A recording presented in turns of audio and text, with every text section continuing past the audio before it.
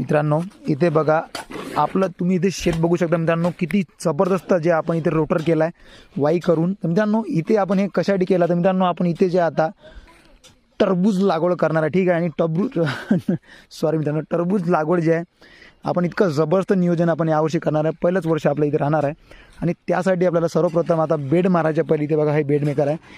हे करायच्या पहिले आपल्याला सोबतच जे आहे इथे आपण बेसल डोससुद्धा घेणार आहे. तर बेसल डोसमध्ये आपण काय काय घेतलं तुम्हाला मी सांगतो. इथे जे आपल्याला यासारख्या पिकांना जे आहे खूप जास्त खायला पाहिजे, कारण कमी दिवसाचं पीक आहे आणि खूप जास्त साईज देणारं जे आहे हे पीक आहे. तर मित्रांनो काही लोकांना वाटते की या पिकाला बेसल डोसची गरज नाही, पण मित्रांनो आता आपण लागवड जे इथून 15 दिवसांनी करणार, तर लगेच त्यामध्ये जे आपण सुपर फॉस्फेट घेतला आहे, मॅग्नेशियम सल्फेट घेतला आहे, त्यानंतर इथे पोटॅशसुद्धा घेतला आहे जे SOP फॉर्ममध्ये येते, सल्फेट फॉर्ममध्ये, ठीक आहे. त्यानंतर एक थोडंसं मायक्रोन्यूट्रियनसुद्धा आपण घेतलेला आहे. तर अशा प्रकारे जो आपण याचा बेसल डोस मित्रांनो घेतलेला आहे. अधिक माहितीसाठी मित्रांनो नक्की कमेंट करा, चॅनलला फॉलो करा.